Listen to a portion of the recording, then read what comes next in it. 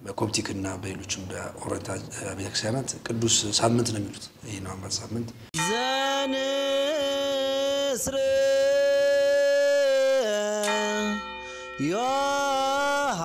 ዮሐንስ ዜናዊ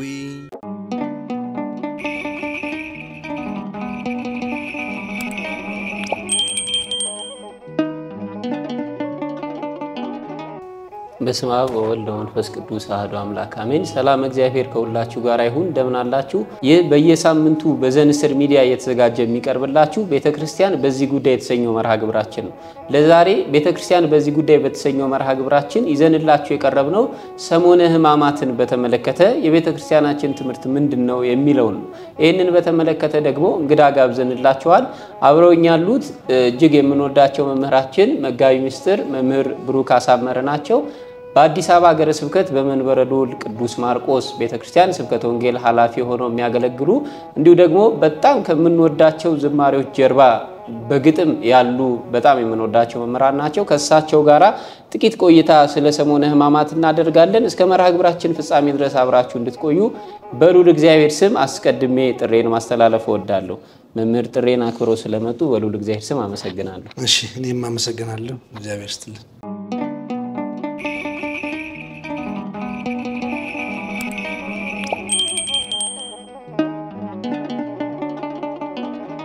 መልካም ሕማማትን በተመለከተ አንዳንድ ጉዳዮች ላይ እንድንነጋገር ነው ዛሬ የተገናኘነውና ከትርጓሜው ጀምሮ ያሉ ሐሳቦችን መመልከት እንድንችል ሕማማት ምንድነው የሚለውን መግቢያ እናድርገው። እሺ እንግዲህ ሕማማት የሚለው የግዕዝ ቃል ነው። ሐመ ታመመ ከሚለው የወጣ ነው። ሕማማት ማለት ህመሞች ወይም በሽታዎች እንደማለት ነው። መታመም ነው።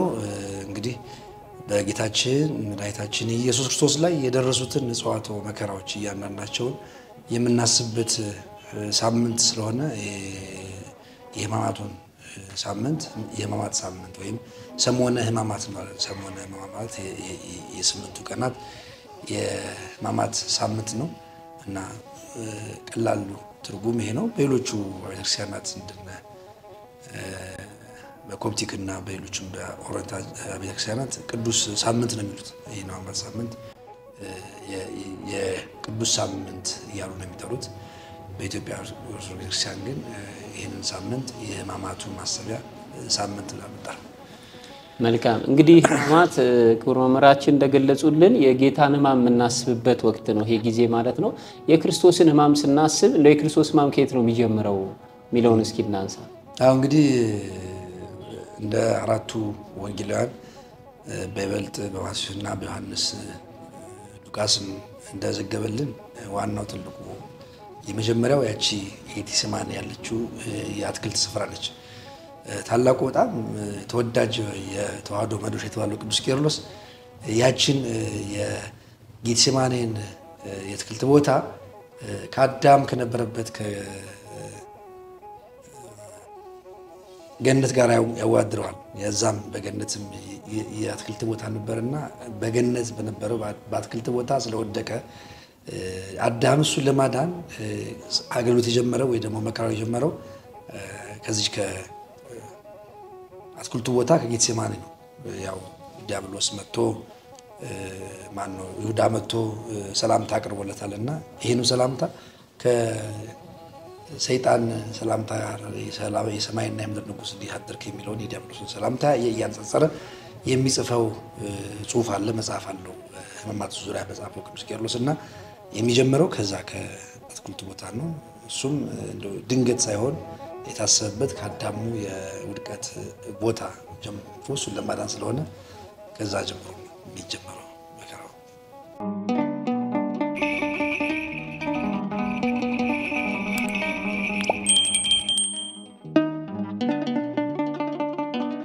መልካም ሕማማቱን በተመለከተ በትንቢተ ኢሳይያስ ላይ ነብዩ እግዚአብሔር ቅዱስ ኢሳይያስ በትንቢተ ኢሳይያስ ምዕራፍ 53 ቁጥር 5 ላይ በእርሱ ቁስል እኛ ተፈወስን ብሎ የሚያስቀምጥልን ቃል አለ።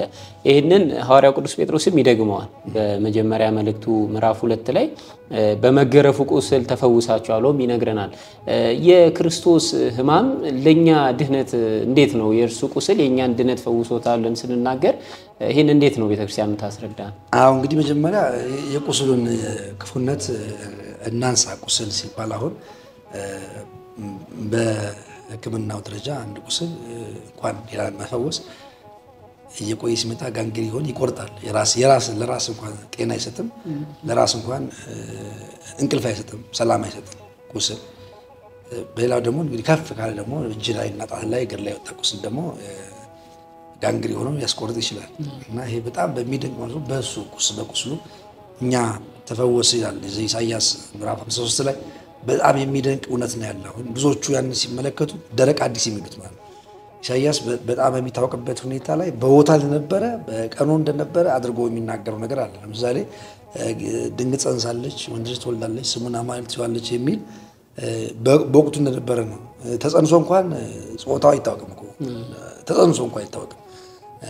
ስሙ ደግሞ የሚወጣው ከተወለደ በኋላ ሳይወለድ ስም አውጥቶ ትለዋለች ብሎ በተጸንሳ ሳለች ደግሞ እንደገና ወንድ መሆኑን ጾታውን ዛሬ ሊታወቅ ይችላል። እንግዲህ ግን በነበረበት ዘመን ይሄ ሁሉ ባልታወቀበት ዘመን ወንድ እንደሆነ ጾታውንም ስሙንም ነግሮናል። ደግሞ በዚህ 53 ደግሞ የሐዲስ ኪዳን የዕለተ ዓርብን ሁኔታ በወቅቱ እንደነበረ እዛው ቀራንዮ አካባቢ እንደነበረ አድርጎ ነው ይጻፈልን። በዚህ ደግሞ ኢትዮጵያውያን ይደነቃሉ። በዚህ በኢሳይያስ 53 ላይ ሁላችን እንደምናውቀው እዚህ ጃንደረባው ባኮስ ወደ ኢየሩሳሌም ሊሰግድ ሲሄድ ይሄን ያነበበ ነበር እና ይሄ ቃል የሚደንቅ እውነት ነውና የክርስቶስን መከራ የሚናገርና በእርሱ ቁስል እኛ ተፈወስን የሚል ቁስሎቹ እንግዲህ ምናልባት አሁን አንዳንድ ጊዜ የመከራውን ቁስል ብቻ ለሚያየው ከምን የፈወሰን ስንል አንደኛው የቆሰልንባቸው ነገሮች አሉ። በኃጢአት ቆስለን ነበረ። ሌላው ሕግ ታልፈን ነበር። በእርግማን ውስጥ ነበርን። ፍርሃት ነግሶ ነበር። ፈርቻለሁ ብሏል አዳም ራሱ። ፈርቼ ተደብቄያለሁ። ፍርሃት ነበረ። በሽታዎች ነበሩ፣ ሕማማት ነበሩ የደረሰባቸው። በእርግማን ይመጣል። በእርግማን ለአዳም ለሔዋንም ከመትለድ በጻራ በሐዘን በመከራ እንድትወልድ የሰጣት ነበረ። ተስፋ መቁረጥ ነበረ። እግዚአብሔር ያድነኝም የሚል እነዚህ ስንመለከት ብዙ ቁስሎች ነበሩ። የነዛ ሁሉ ቁስል መፍትሄው የክርስቶስ ሞት ነውና እሱን ለመናገር በእርሱ ቁስል በእርሱ መከራ በእርሱ ሞት ተፈወስን የሚል ትርጉም እንዳለው በይበልጥ እነ ቅዱስ ዮሐንስ አፈወርቅ በድርሳናቸው በዝማሬያቸው የስቅለት ዝማሬ የሚለው መጽሐፉ ላይ ቅዱስ ዮሐንስ አፈወርቅ በደንብ ጽፎታል ቁስሎቹ።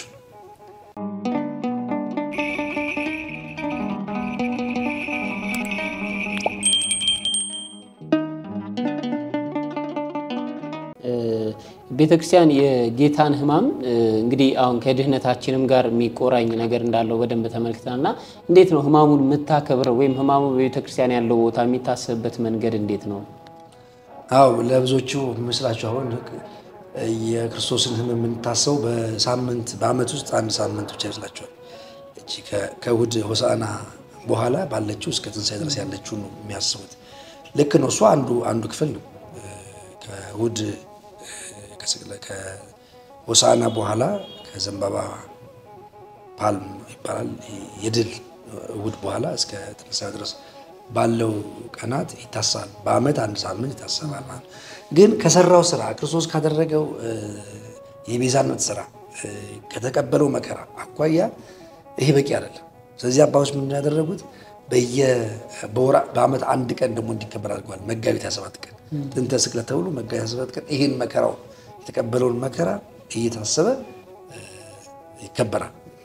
ይህም ደግሞ እንደተባለው አነስተኛ የክርስቶስ መከራ በዓመት አንድ ቀን ብቻ አስበው በየወሩ በ27 ይከበራል። በየወሩ በ27 መከራውን እየታሰበ ወዮ እጆች አዳም የፈጠሩ እጆች ለመስቀል ተዘረጉ፣ አዳምን የፈጠሩ አዳምን በገነት የተመላለሱ እግሮች በቀኖት የሚለውን እነ ዮሐንስ አፈወርቅን ቅዳሴ እየቀደሱ በየወሩ በ27 ይታሰባል። ይህስ በቂ ነው ወይ? በየወሩ የእሱ መከራ ታሰብ በቂ ነው ወይ ስንል በሳምንት 3 ቀን ይታሰባል የክርስቶስ መከራ መቼ ነው ረቡዕ ዓርብና ቅዳሜ ሁሌ ይሄ የሚታሰበው ቅዱስ ያሬድም አስቀምጧል በሮብ አይሁድ የተማከሩበትን በመጾም ጭምር ይሄን እኮ ነው የክርስቶስ መከራ እኮ የምናስበው ዓርብ ዕለት የስቅለቱ በየሳምንቱ እንደገና ደግሞ ቅዳሜ ቀን ቅንዋት ይባላል የቅዱስ ያሬድ ድርሰት ነው ቅዳሜ ቀን የሚዘመረው ዝማሬ ቅንዋት ይባላል የመስቀሉን የመከራውን የሚታሰሩና በቅዳሴ ቤት ደግሞ ሁሉ ጊዜ ሮብ ዓርብ ቅዳሜ ሲሆን መስቀል አብርሃ በከባት በሉ ነው የሚለው ምነው የሚታሰባቸው የመስቀሉ ውለታ ስላለና በዚህ ቀን ይታሰባል ይሄን በቂ አይደለም ብለዋል ደግሞ ይሄን በአመትም ሳምንትም በየወሩም ታሰበ ከሳምንት 3 ቀን ታሰበ ይሄ በቂ አይደለም ሲሉ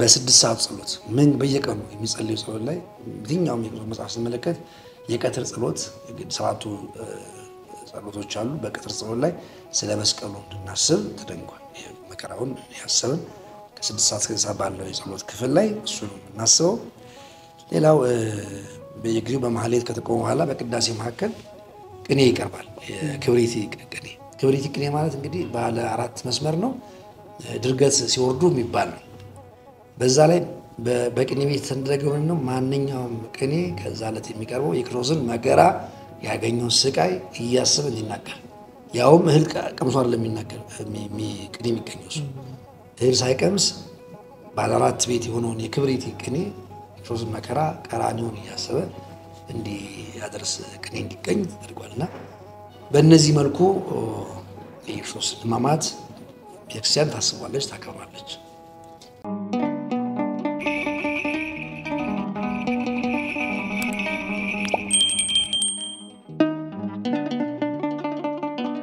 በቅዳሴያችንም መሃል ላይ ንዜኑ ሞተከ እያልን እናዜማለን ለትለት በመንቀደሰው ቅዳሴና አንዳንድ ሰዎች የኛም ቤተክርስቲያን ከሚተቹበት ነገራቸው አንዱ ኢየሱስ ክርስቶስ አይሰበክም የሚል ሐሳብ ይዘው ነውና እንግዲህ አሁን በተብራራው መልኩ ኢየሱስ ክርስቶስ የማይነሳበት ሰዓት የሌላት ቤት መሆኗን ልናውቅ ያስፈልጋል ማለት ነው በመከታተል ላይ የምትገኙት በዘንስር ሚዲያ እየቀረበላችሁ ያለውን መርሃ ግብር ነው ቤተክርስቲያን በዚህ ጉዳይ በተሰኘው መርሃ ግብራችን ላይ ከመጋቢ ሚስጥር መምህር ብሩክ ጋራ ዛሬ እየተያየን ያለነው ሰሞነ ሕማማትን በተመለከተ ነው በሕማማት ጊዜ ቤተክርስቲያናችን የምታደርጋቸውን እያንዳንዱን አስተምሮ በዚህ መርሃ ግብር እናገኛለን እስከ መጨረሻው ድረስ እንድትከታተሉ በሉል እግዚአብሔር ስም በዚሁ ጥሬን ማስተላለፍ ወዳለው መምህር ወደ እርሶ ልምጣና አሁን የዘረዘርናቸው ሕማማትን የምናስባቸው ጊዜያት ሁሉ እንዳሉ ሆነው ከዚህ ከአብይ ጾሙ በኋላ ደግሞ የመጨረሻውን ጊዜ ሰሞነ ሕማማት ብለን ደግሞ ወቅት ሰርተን እናስበዋለና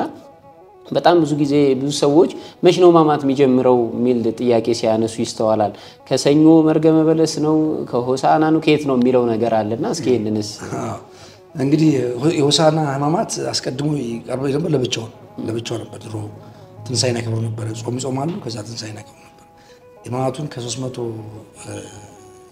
መቶ ክፍለ ዘመን በኋላ እነ ዲሜጥሮስ ሲነሱ አብረው እንዲሆን አደረጉት ከጾሙን እንደጨረሱ ጾሙ እኮ የሚያልቀው ዓርብ ዕለት ነው የሆሳና ዓርብ ተጽኖ ይባላል በዛ በተጽኖ ያልቃል ዓርብ ሱባኤያችን ጨርሰን 40 ቀን ይፈጸማል ከዛ በኋላ ያለው የሕማማት ሳምንት ነው ሆሳና አክብሮ ሕማማት ሳምንት ነው የሚጀመረው እሁድ ዕለት ነው እሁድ ዕለት ተቅዳሴው በኋላ ይጀመራል ዋናው ትልቁ ምንድነው ቀኖቹ 5500 መጣ አለባቸው የሚታሰቡት በእነዚህ በ5 ቀናት ለአዳም የተገባለትን ቃል ኪዳን ነው እሁድን አንድ ቀን አድርገን ሰኞን ሁለተኛ ቀን አድርገን ማክሰኞን ሶስተኛ ቀን አድርገን ረቡዕን አራተኛ ቀን አድርገን ሐሙስ አምስተኛ ቀን ሆኖ እንግዲህ ስቅለቱ ዓርብ ዕለት 6 ሰዓት ነውና እቺ የሚታሰበው የብሉይ ኪዳኑ የ5500 ዘመኑን እያንዳንዱን ዕለት ነው እንደ አንዱን ቀን እንደ አንድ ቁጥርና የሚጀመረው ፍታት ይፈታል ልክ ሆሳና እንዳለቀ የበዓሉን ተፈጸመ ቅዳሴ እንዳለቀ ሰራሁት ከመሆኑ በፊት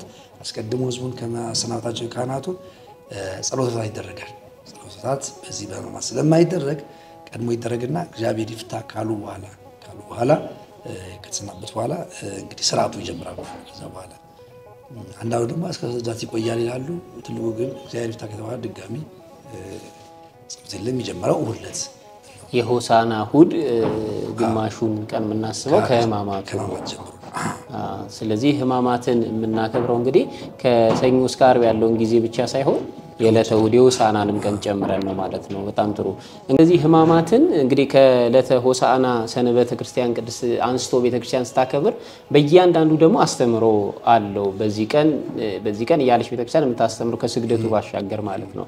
ያንንስ እስኪ እንመልከት። አሁን እንግዲህ እሑድ ያው ሆሳዕና ነው። ሆሳዕና ነው የሚታሰበው። ሆሳዕና ስናስብ ድል አድራጊነቱን የምናስበውና ያው ዘንባባው የድል ምልክት ነው። አያይቱና የአይቷ ውርንጭላ የክርስቶስ ንግስና ነው የሚያስበው። ለንግስና ነው ወደ ኢየሩሳሌም የገባውና ከዚህ ቀደም ገብቷል።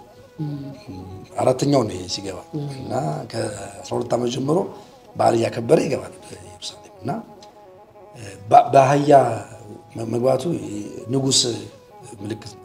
አስቀድሞ ነገስታቱ በፈረስ ከመጡ ለጦርነት ነው፣ በአህያ ከመጡ የሰላም ነውና ለዚህ ነው ዝማሬው ነዋ ንጉስኪ ንጉስሽ መጥቷል ኢየሩሳሌም ወይ ተፈሲ የሚል ዝማሬ ነበረውና ንግስናው ሁላችን እንደምናውቀው ያው መስቀል ላይ ንግስና የገባው ለመከራ ነው ወደ ኢየሩሳሌም የገባውና የይሁድን የመጽሐፍት መምህራኑን ሊቃውንቱ እንቅልፍ የነሳ የሮማ ወታደሮች ወንበር የቀጠቀጠው የእሱ የሆሳዕና ዕለት እንደዛ በድል አድራጊነት በዝማሬ መግባቱ ነው። ስለዚህ ያንን ቀን ለዛ ነው የምናስበው። ሆሳዕና የምናስበው ወደ የገባበት በእንግዲህ ሰኞ ቀን ደግሞ የምናስበው በለስ ባለች የበለስ ባለች እቺም ወረገ ማለት በለሷ የረገመበት ቀን ነው። ፍሬ አይገኝበት ብሎ የረገመበት ቀን ነው።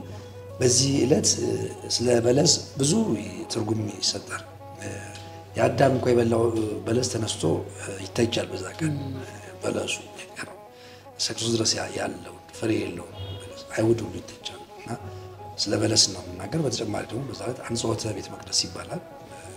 ከሆሳዕና በኋላ ቅዱስ ማቴዎስ በምዕራፍ 21 ተጻፈ መቅደሱን ያጸዳበት ቀን ጅራፍ ያወጣበት የገረፈበት ያጸዳበት ቀን ይታሰባል። መጽሐፍቶቹ እንደዛ የሚያወሩት በቀጥሎ ሰሉስ የሚባለው ማክሰኞ ቀን ነው። ማክሰኞ በዛ ቀን ደግሞ የሚታሰበው የጥያቄ ቀን ይሉታል። ክርስቶስ ላይ የቀረቡ ብዙ ጥያቄዎች አሉ። አንዳንዱ መልሶላቸዋል በሚገባ ለፈተና የሚቀርቡ ጥያቄዎች አሉ። ለማወቅ የቀረቡ ሰዎች አሉ። ግራ ተጋብተው የጠየቁ ሰዎች አሉ። እነዚህ ጥያቄዎች በሚገባ መልሶላቸዋል። ግማሾች ደግሞ ለምሳሌ በዮሐንስ ጥምቀት ከእግዚአብሔር ከሰው ነው ብሎ ጠይቋቸዋል። እንደዚህ ምንለው ለማልተቀበላ ከሰው ነው ምንለው ለምን ዮሐንስን ገፋችሁት ከእግዚአብሔር ነው ብሎ ማልተቀበላችሁም ይልናል ስለሚሉ ይሄን ጥያቄ ሰበጠባቸው። አላውቅም አሉ እነሱ። እኔም አላውቅም እንዲህ ብሎ የመለሰበት አጋጣሚ አለና በዛ ቀን የጥያቄዎች መልስ ለክርስቶስ የቀረበለት ጥያቄዎች የሚታሰቡበት የሚተነተኑበት የሚተረጎሙበት ቀን ነው። በዛም የትምህርት ቀን ይባላል። ማክሰኞ ያስተማራቸው ትምህርቶች እንደ ወርቅ የጸዱ እንከን የሌለባቸው በትውልድ መካከል ተርጉመው በዘመን መካከል ትርጓሜያቸው እንደ ጥጥ እንደሚባዘት በውስጥ ልቃቂ እንደሚወጣው ሚስጥሩ እየወጣ ያለው የክርስቶስን ትምህርት የሚታሰብበት ቀን ነው። ትምህርቶቹ ይሄ ማክሰኞ ቀን የሚታሰበው ነው። ሮብ ዕለት የመዓዛ ቀን ይባላል። መዓዛ ማለት እንግዲህ ሴትዮ ማርያም ተፍረት ሽቶ ይዛ መጣ ሽቶውን ያርከፈከፈችበት ቀን ነው። ይሄ ይታሰባል መዓዛ። ሌላው ደግሞ በዚህ ቀን እንባም ይታሰባል። የእሷ ያለቀሰችው ይታሰባል። ሌላም ደግሞ ምክረ አይሁድ ይባላል። ሮብ ምክረ አይሁድ ይባላል። ከዚህ በተጨማሪ አይሁድ በክርስቶስ ላይ የመከሩበትና ይሁዳ ከነሱ ምክር ገብቶ የተደራደረበት ቀንና የአይሁድ ምክር የሚባለው ቀን ሮብ ነው። ቀጥሎ ያለው አምስተኛው ቀን ሐሙስ ነው። ሐሙስ ደግሞ ምሴተ ሐሙስ ይባላል። ምሽት የሐሙስ ምሽት ወይም ጸሎተ ሐሙስ ይባላል። ጌታችን የጸለየበት ጌቴሴማኒ የሚታሰብበት ነው። ከዛ የአዲስ ኪዳን ሐሙስ ይባላል። የአዲሱን ቁርባን የሰራበት በጣም የሚደንቅ ነው። የዚህ በደብረ ሲና የነበረ ሙሴ የተቀበለው በደመና በጢስ በነጎድጓድ የተሰራው ሕግ እዛች ላይ እዛ በሰውየው ቤት በስምዖን ቤት እንዳለፈችና አዲስ ኪዳን እንደመጣ አዲስ ስራ እንደጀመረ የሚታሰብበት ዕለት ነው። ከነዚህ ቀኖች ለየት ይላል። ይሄ ሐሙስ ቀን የአዳም ማን ነው የአዲስ ኪዳን ሐሙስ የሚባለው ቅዱስ ሐሙስ ይባላል። ጌታችን ቁርባኑን የሰራበት እግር ያጠበበት ሕጽበተ እግር ይባላል። እግር ያጠበበትን ቀን የሚታሰብበት ቀን ነው የሐሙስ ቀን። ቀጥሎ ያለው ዓርብ ቀን ነው። ዓርብ ስቅለት ነው ተብሎ የሚታወቀው። ጌታችን የተቀበላቸው መከራዎች፣ የነቢያት ትንቢቶች በእሱ ላይ የተነገሩት ሁሉ የተፈጸመበት ቀን የሚታሰብበት የዓርብ ቀን ነው። ከሱ በኋላ ደግሞ እንግዲህ ዓርብ ቀን ያው ሞቱን የሚታሰብበት ነው። ከዛ ቅዳሜ እንደነችው እቺ ቅዳሜ ለምለም ቅዳሜ ትባላለች። ስዑር ነው። ስዑር ማለት ለምለም ማለት ነው። ለምለሚቷ ቅዳሜ የምትባለው የክርስቶስ ትንሣኤ በኖህ ዘመን የነበረውን ሁሉ እያሰብን ክርስቶስ ወደ ሲኦል ሊወርድበትን እያሰብን ቀዳም ስዑር ደግሞ የማይጾምበት ቅዳሜ ደግሞ ተጾሞበት ስናይ ደግሞ እንደገና በዚህ ቀን ተሽራለች የሚለው ስላለ ጾም ስለጾምባት በዚህ መልኩ ቅዳሜም ለምለሟ ቅዳሜ ቀዳሚት ስዑር ተብላ ትታወቃለች። የትንሣኤ ዋዜማም ጭምር ስለሆነ ተስፋ ቅዳሜ ይሏታል። በኋላ ያለው እንግዲህ የድሉ የትንሣኤው ቀን ትንሣኤ ይከበራል ማለት ነው።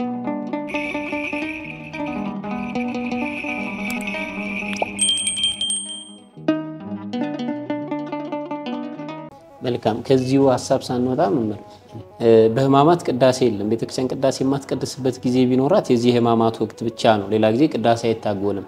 በልዩነት ግን ምሴተ ሐሙስ ላይ ሥርዓተ ቅዳሴ ሲደረግ እናያለና የምሴተ ሐሙስ ቅዳሴ እስኪ ምን ይመስላል እንዴት ነው የሚለው ነው።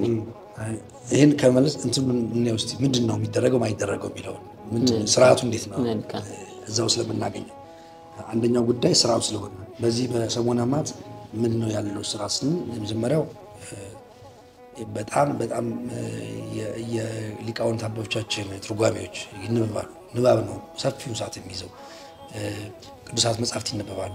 አዲስ ኪዳን፣ ታምረ ማርያም፣ ታምረ ኢየሱስ እነዚህ ሁሉ መከራው ላይ ያሉትን ይነበባሉና ሰፊ ንባብ ሰዓት አለው።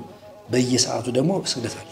3 ሰዓት 6 ሰዓት ላይ ጸሎት ስላለ ያንኑ ስግደት አለ። በየያንኑ ሰዓት ኪዳን ላይ ሰው ይቅርባል እየተባለ በስግደት ይታሰባል። ሌላው ትርጓሜዎች አሉ። ትርጓሜዎች አሉ ይተረጎማሉ መጽሐፍቶች። ለምሳሌ እነ ትምህርተ ኅቡዓትና ኪዳን የመሰሉ ትርጉሞች በዚህ ሳምንት ነው የሚተረጎሙት። ሌላው ደግሞ እንግዲህ አንዳንዱ ንባቦች በሐዘን ዜማ ነው የሚባሉት። በውርድ ንባብ በሐዘን ዜማ ነው ይህን መከራውን በማሰብ ስለዚህ በዚህ መልኩ ሕማማቱን እናስባለን። በእነዚህ ጊዜ የሚከለከሉት መካከል እንግዲህ ምንድነው የሚከለከለው? ቅዳሴ የለም፣ ሚስጥራትም አይፈጸሙም። ጋብቻ፣ ቅዳሴ፣ ስጋው ደግሞ፣ ጥምቀት እነዚህ ያሉት ሚስጥራት አይፈጸሙም። ቀደም እንዳነሱት በጸሎተ ሐሙስ ዕለት ግን ቅዳሴ ይቀደሳል። እሱ ለአክብሮ ስጋው ደግሞ ነው። ጌታችን ስጋው ደሙን ያቀረበበት ስለሆነ ይሁን ነገር የሚፈሰው ደሜ የሚቆረሰው ስጋዬ የአዲስ ኪዳን ስርዓት ነውና ይህንን እስከ ዳግም እስከ መድረስ አድርጉት ብሎ የሰጠውን ያን ስርዓት የተጀመረበት ስለሆነ ያችን ዕለት ሕጽበተ እግሩም ጭምር እንዳለ ይቀጥላል። ደግሞ ወደ ቁርባኑና እቺም ቅዱስ ሐሙስ የምትባሏ ከሌሎቹ ተለይታ የጌታችን የክርስቶስን ቅዱስ ስጋውን ክቡር ደሙን የሚፈተትባት ዕለት ስለሆነች በዚህ ቀን ስለሚቀደስ በዚህ ምክንያት ነው የሚቀደሰውና ቤተ መቅደሱ ሁሉ መጋረጃ ይለብሳል፣ ጥቁር መጋረጃ ይለብሳል። ይሄ ሐዘኑን ለመግለጽና ቅዳሴውም እንደሌላው ቀን ሰፊ ሰዓት የሚወስድ ሳይሆን ቶሎ የሚቀደስ ቅዳሴ ነው ያለው። የሐዘኑን ምክንያት በማሰብና ያቺ ቀን የሥጋው ደሙን መስረቻ ቀን ስለሆነች በዛ ቀን ብቻ ከሌሎቹ በተለየ ቅዳሴ ይቀደሳል።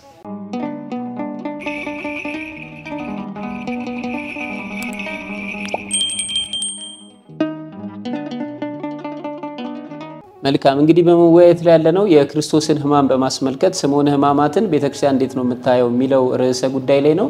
ይሄ መርሃ ግብር ለሌሎች ይዳረስ ዘንድ ላይክ ሼር እያደረጋችሁ አገልግሎቱን እንድትደግፉ በዚሁ ጥሬን ማስተላለፍ እወዳለሁ።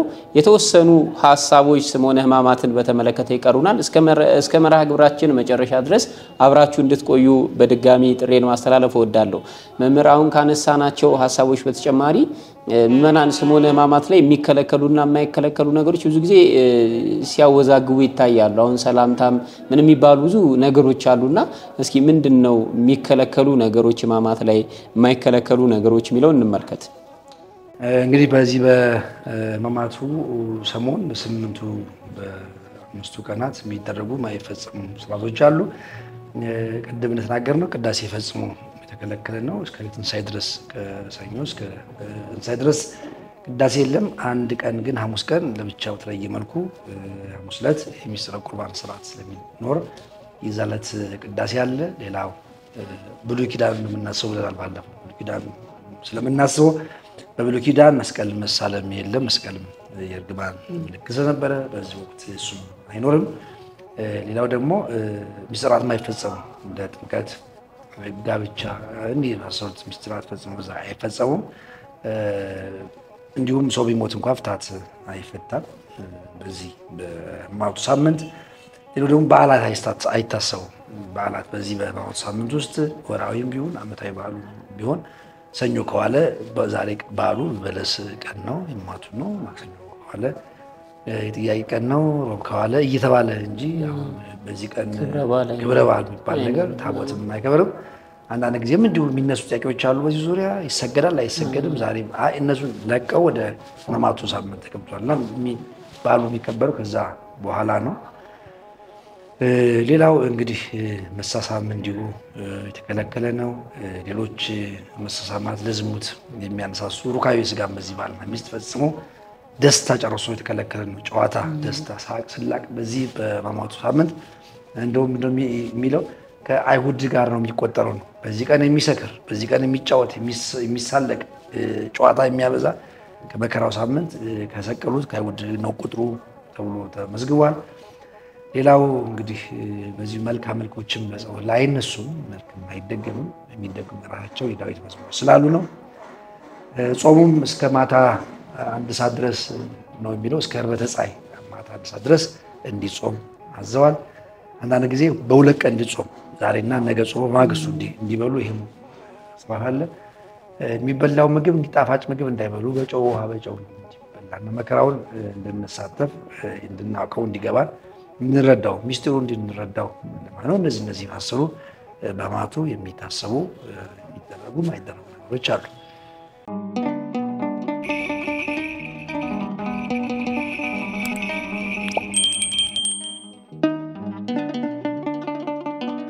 መምህር እንግዲህ ይህንን መርሃ ግብር የሚከታተሉ በጣም በርካታ ምዕመናን አሉና ሕማማቱን ምዕመናን እንዴት ነው ሊያከብሩት የሚገባው የሚለውን የመጨረሻ መልእክት ብናስተላልፍ መልካም። እንግዲህ ጥሩ ነው። አንደኛው ቅድም ያነሳው ነገር አለ። በዚህ በሕማማት ሳምንት ሳቅ፣ ስላቅ፣ ጨዋታ፣ ሩካቤ ሥጋ፣ መሳም እነዚህ ነገሮች ቁጥራቸውን ከአይሁድ ነው ብለናልና ከዚህ ሊጠበቁ ይገባል። የመጀመሪያው። ሁለተኛው ባላቸው ጊዜ ሊሰግዱ ይገባል። ሲያሄደው በእነዚህ ቀናት አንዳንዱ አሁን ስግደት የሚመስለው በሳምንት በዚች ባሉት ሳምንት ዓርብ ቀን ይስግደል ብቻ ነው። ዛሬ ስግደት ነው የሚያስበውና መጀመሪያ ስግደት የዓመት ሙሉ ስራ ነው። እንደ ጾሙ እንደ ጸሎቱ የሚቋረጥ አይደለም። በተወሰኑ ከግዝት ባሉት ውጪ ስግደት ሰው መስገድ አለበት። ወለክሲያን ሲገባ በጸሎትም ሰዓት እንዲሁም መስገድ አለበት እና በዚህ ጊዜ መስገድ አለብን። ሰኞ ማክሰኞ እየመጣ በሕማማቱ ሳምንት ማለት ነው። ሰዓቶች አሉ፣ የጸሎት ሰዓቶች አሉ።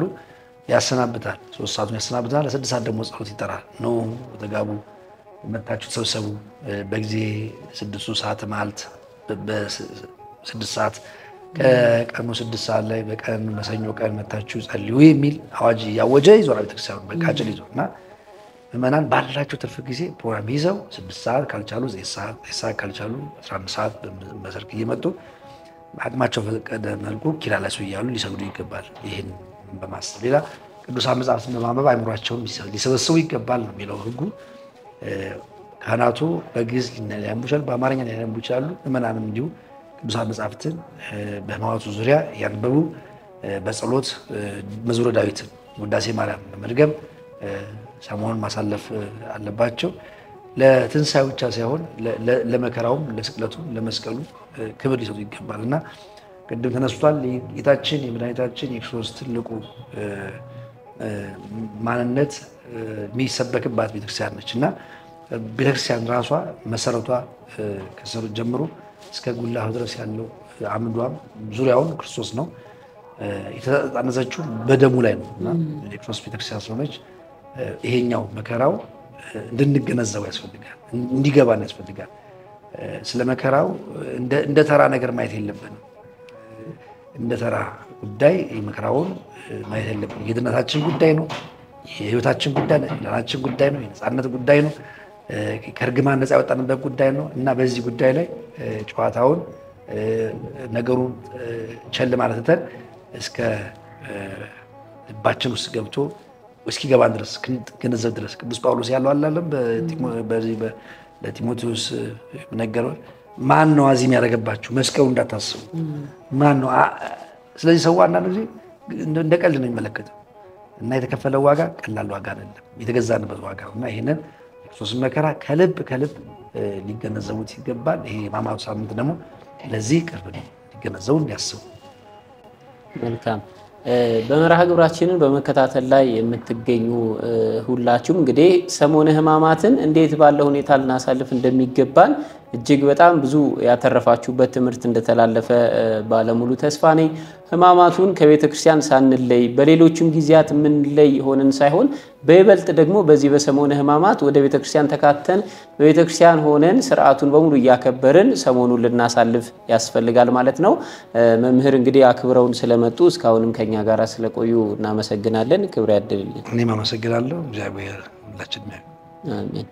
መርሃ ግብራችንን በዚሁ ፈጽመናል። እንበለ ደዌ ወሕማም እንበለ ጻማ ወድካም አመ ከመዮም ያብጻን ያብጻይክሙ እግዚአብሔር በፍስሐው በሰላም። ያለ ህመም ያለ ጭንቅ ያለ መከራና ያለ ደዌ እግዚአብሔር ብርሃነ ትንሣኤውን እንድናይ ሁላችንን ለዚያ የበቃን የተጋን ያድርገን። ይህንን መርሃ ግብር በዘንስር ሚዲያ ነው እየተከታተላችሁ ያላችሁት። መርሃ ግብሩ ለሌሎች ይዳረስ ዘንድ ሼር፣ ላይክ፣ ሰብስክራይብ ያደረጋችሁ አገልግሎቱን እንድትደግፉ በዚሁ መልእክቴን ማስተላለፍ እወዳለሁ። በሌላ ጊዜ በቀጣይ ሳምንት እንዲነሳላችሁ የምትፈልጉት ሐሳብ ካለ ደግሞ ቤተክርስቲያን ምን ትላለች በሚለው አምዳችን እንድናነሳ የምትፈልጓቸውን ጥያቄዎች በኮሜንት መስጫው ላይ ልታስቀምጡልን ትችላላችሁ ማለት ነው። ስለነበረን ጊዜ የእግዚአብሔር አምላካችን ስም በድጋሚ የከበረ የተመሰገነ ይሁን። መልካም ጊዜ